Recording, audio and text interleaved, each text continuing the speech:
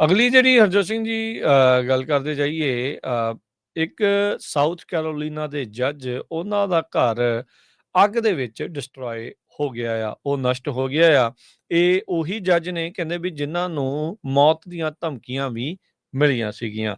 State ਦੇ ਜਿਹੜੇ chief justice ਆ ਉਹਨਾਂ ਨੇ ਦੱਸਿਆ ਵੀ ਇਹ ਜਿਹੜਾ ਘਰ ਆ ਉਹਦੇ ਕਰਕੇ 3 ਜਾਣਿਆਂ ਨੂੰ ਹਸਪਤਾਲ ਦੇ ਵਿੱਚ ਜਾਣਾ ਪਿਆ ਹੈ ਤੇ ਕਹਿੰਦੇ ਧਮਾਕਾ ਕੁਛ ਇਸ ਦੇ ਵਿੱਚ ਹੋਇਆ ਆ।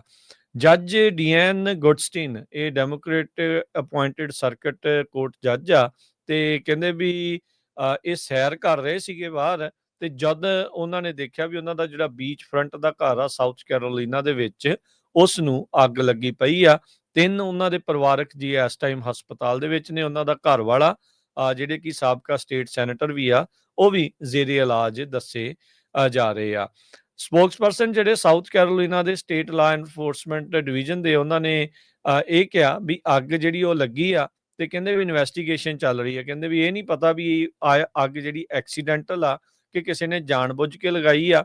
ਇਸ ਦੀ ਜਿਹੜੀ ਆ ਉਹ ਜਾਂਚ ਕੀਤੀ ਜਿਹੜੀ ਉਹ ਜਾ ਰਹੀ ਹੈਗੀ ਆ। ਸਾਬਕਾ ਸਟੇਟ ਸੈਨੇਟਰ ਆਰਨਲਡ ਗੁਡਸਟੀਨ ਉਹਨਾਂ ਦੀ ਜਿਹੜੀ ਵਾਈਫ ਜਿਹੜੀ ਆ ਡੀਐਨ ਗੁਡਸਟੀਨ ਉਹ ਉਹਨਾਂ ਦੇ ਘਰ ਦੇ ਵਿੱਚ ਇਹ ਸਾਰਾ ਕੁਝ ਵਾਪਰਿਆ ਆ।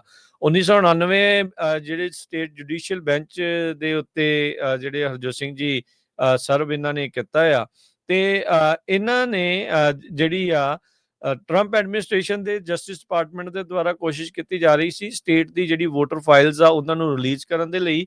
ਇਹਨਾਂ ਨੇ ਉਸ ਦੇ ਉਲਟ ਜਿਹੜੀ ਇੰਜੰਕਸ਼ਨ ਜਿਹੜੀ ਉਹ ਦਿੱਤੀ ਸੀ, ਜਿਸ ਨੂੰ ਇਵੈਂਚੁਅਲੀ ਬਾਅਦ ਦੇ ਵਿੱਚ ਜਸਟਿਸ ਡਿਪਾਰਟਮੈਂਟ ਦੇ ਸਿਵਲ ਰਾਈਟ ਡਿਵੀਜ਼ਨ ਨੂੰ ਜੋ ਲੀਡ ਕਰਦੇ ਨੇ ਹਰਮੀਤ ਢਿੱਲੋਂ ਉਹਨਾਂ ਨੇ ਪਬਲਿਕਲੀ ਇਸ ਦਾ ਕ੍ਰਿਟਿਸਾਈਜ਼ ਵੀ ਜਿਹੜਾ ਉਹ ਕੀਤਾ ਸੀਗਾ। ਸੋ ਇਹਨਾਂ ਨੂੰ ਮੌਤ ਦੀਆਂ ਧਮਕੀਆਂ, ਡੈਥ ਥ੍ਰੈਟ ਵੀ ਜਿਹੜੇ ਆ ਉਹ ਮਿਲਦੇ ਜਿਹੜੇ ਉਹ ਰਹੇ ਆ ਤੇ ਹੁਣ ਘਰ ਦੇ ਵਿੱਚ ਅੱਗ ਲੱਗਣ ਦੇ ਨਾਲ ਲੋਕ ਦੇਖ ਰਹੇ ਆ ਵੀ ਕਿਤੇ ਇਹ ਆਪਸ ਦੇ ਵਿੱਚ ਕੋਈ ਜੁੜੀ ਹੋਈ ਘਟਨਾ ਤਾਂ ਨਹੀਂ ਆ ਜਾਂ ਫਿਰ ਇਹ ਕੋਈ ਐਕਸੀਡੈਂਟਲ ਅੱਗ ਹੀ ਇਹਨਾਂ ਦੇ ਘਰ ਦੇ ਵਿੱਚ ਲੱਗੀ ਹੈਗੀ ਆ।